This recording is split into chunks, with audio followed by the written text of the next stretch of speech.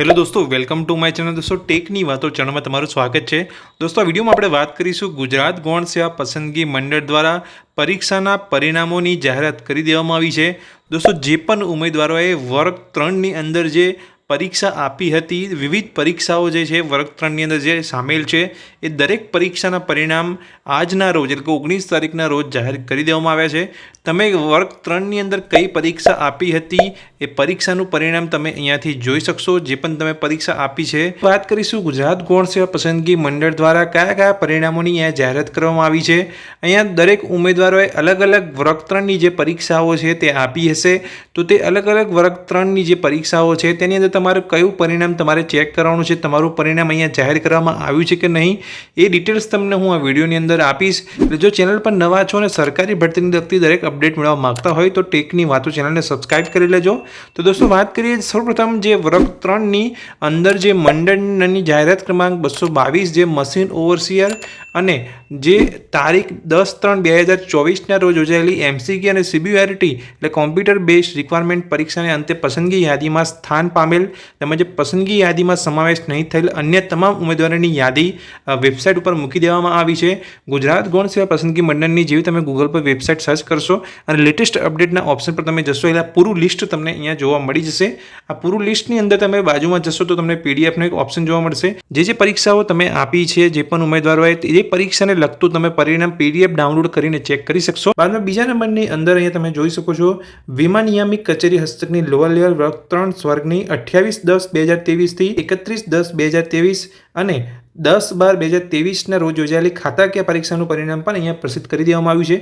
3 નંબરની અંદર જે પરિણામ જાહેર કરવામાં આવ્યું છે તો નિયામક ઇન્સ્પેક્ટિંગ ઓફિસર કચેરી હસ્તકની જે લોઅર લેવલની વર્ગ 3ની અંદર જે 28/10 થી 31/10 અને 10/12/2023ના રોજ યોજાયેલી જે પરીક્ષાનું હતું તેનું પણ પરિણામ અહીંયા જાહેર કરવામાં આવ્યું છે.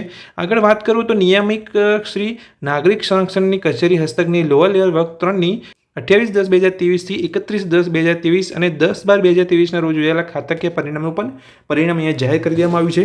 જો તમે આ પરીક્ષા આપી હતી તો તેનું પરિણામ જો તમે ચેક કરવા માંગતા હોય તો આ PDFનો જે ઓપ્શન છે તે તમારે ત્યાં ક્લિક કરવાનું છે અને PDF તમારા મોબાઈલમાં ડાઉનલોડ થઈ જશે અને ઓપન કરીને તમે તેનું પરિણામ જોઈ શકશો.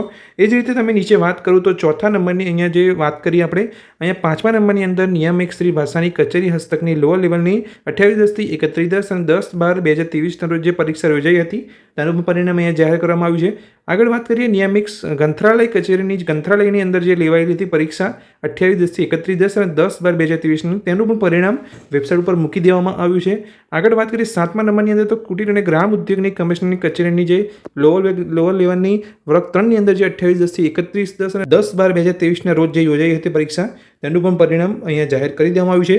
ટોટલ 7 વાત કરીએ. આગળ હું તમને 8મી જે અપડેટ અહીંયા આવી છે એની વાત કરું તો નિયામક શ્રી અને પુરાતત્વ સંગ્રહાલયની કચેરીની હસ્તકની લોઅર લેવલની વર્ગ 3ની 28/10 થી અને 31/10 અને 10/12ની જે પરીક્ષા યોજાઈ હતી તેનું પણ પરિણામ અહીંયા વેબસાઇટ પર મૂકી દેવામાં આવી છે. એટલે મોસ્ટલી જે વર્ગ 3ની અંદર 28/10 થી 31/10 અને 10/12/2023ના રોજ જે પરીક્ષાઓ લેવામાં આવી હતી વર્ગ 3ની તેનો પરિણામો મોસ્ટલી અહીંયા જાહેર કરી દેવામાં આવી છે.